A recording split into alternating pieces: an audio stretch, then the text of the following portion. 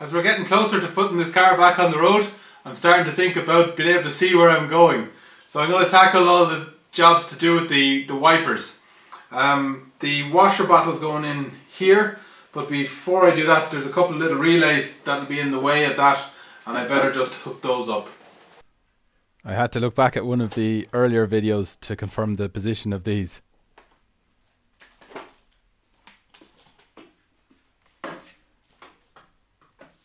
And I rebuilt all that area that's coming up through now. That was one of the places that needed welding. Glad to see it fitted. I think this is the resistor for the heater, and it goes out under the bumper where it can get cooled.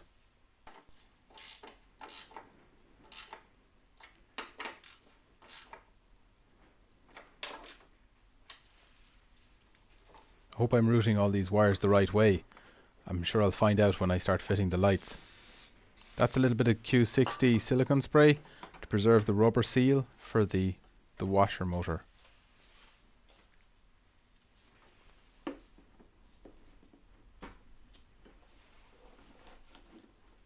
Just supporting the bottle there, because it could easily just break the whole thing off trying to push that on hard.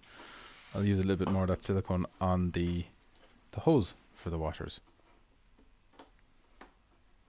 because these things can split at the ends very easily and then you get a leak. So that was a little section that got welded, and so I'm drilling that so I have the right location for the bolt.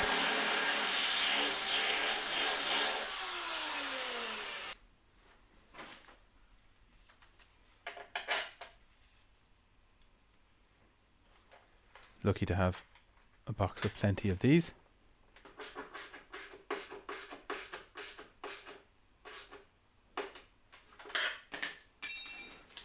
So I'll organize these wires that are going through the inner wing area. That's the side repeaters.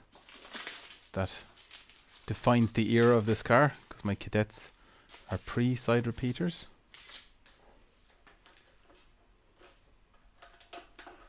So that clip survived, but I'll need to use a tie wrap here. Same colour, so still fairly close to original.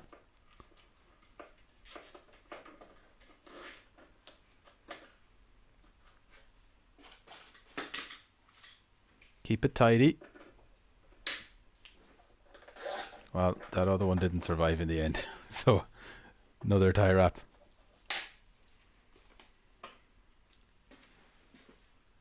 Okay, so this is that wiper mechanism that I tidied up before.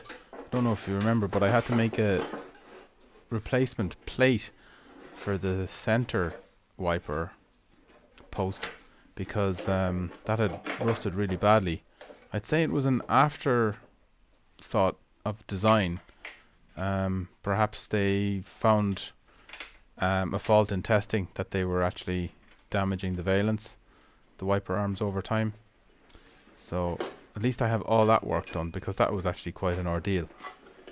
So it's nice to have these parts looking like new already to hand to go in. Plus the little plate that I made.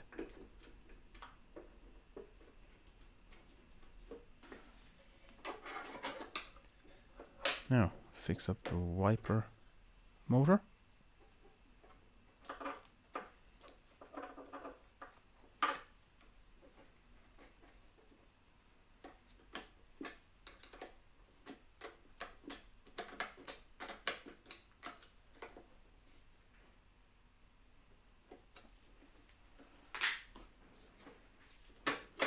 Nicely designed, this proper rubber feet, so there's no vibration noises to the interior.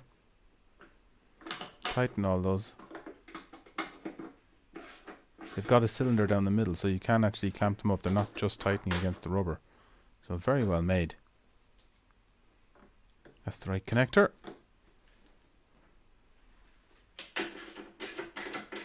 Now, think I had to tap out all these threads when I did them. The bolts that went down into them originally were all rusted away. So again, I've done myself some favours in the past and it's paying off now. It's time to reveal the windscreen. Just left that on because it's probably the most expensive part that's been fitted to this car and would be one of the most delicate.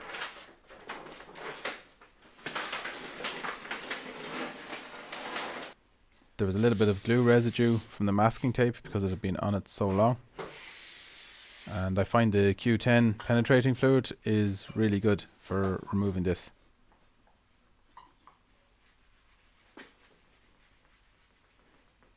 I'm just giving that a good scrub because once I fit the valence plastic trims on, I won't be able to clean right up to the edges anymore. So these have survived the storage.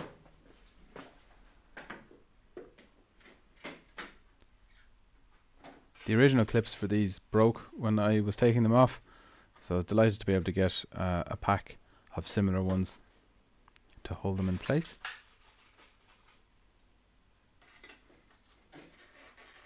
I need to look for another set that are a little bit narrower for doing the back row right under the windscreen.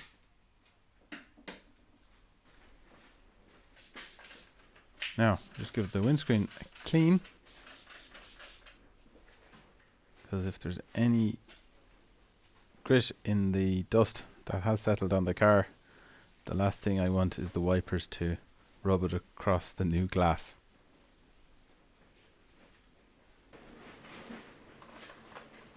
So I got a pair of new wipers, because again, not taking any chances with that screen.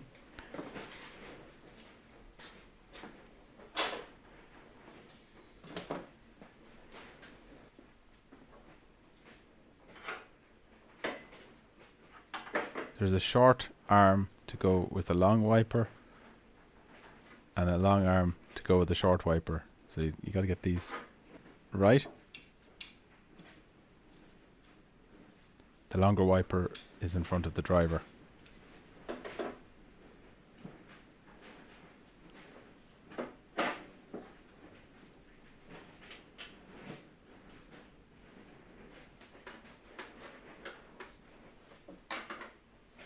Tightened up. Now, got to do the same for the back wiper.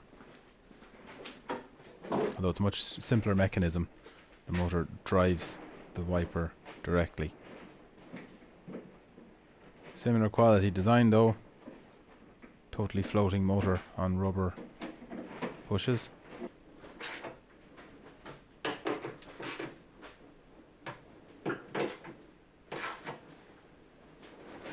The wiring for this is routed through in a clever little way, and there's a little bracket on the connector that holds it in place there.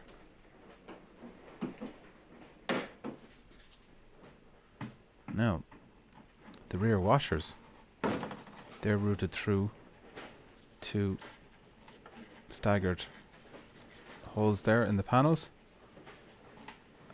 So just feed the hose through this little gaiter. I think I actually had to cut this when it was coming off, but luckily there was plenty there, so it should be enough to use all the original part. Long nose pliers coming in handy. The gaiter fitted on inside there, and I've got my little bit of hose sticking out. So then I put the actual jet on the end and push it into place. The bottle for that is hidden in the quarter panel. I just had it masked off there, stop any paint going in, but it was nice to get the paint right around the edge, so I have to pull that back out through the aperture, and then there's a little cap that goes on over it. With the wiper motor in place and all connected up, it's just a matter of fitting the wiper arm and blade. There's a couple of spacers and washers.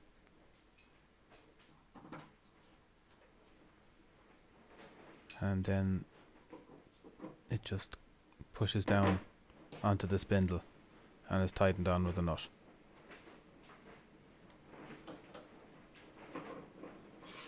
Fancy stuff for a 92 hatchback.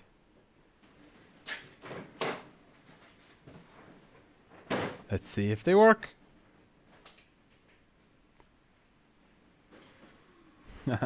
Happy days. I'll check the washers in the next video after I fitted the bonnet with the jets for the front.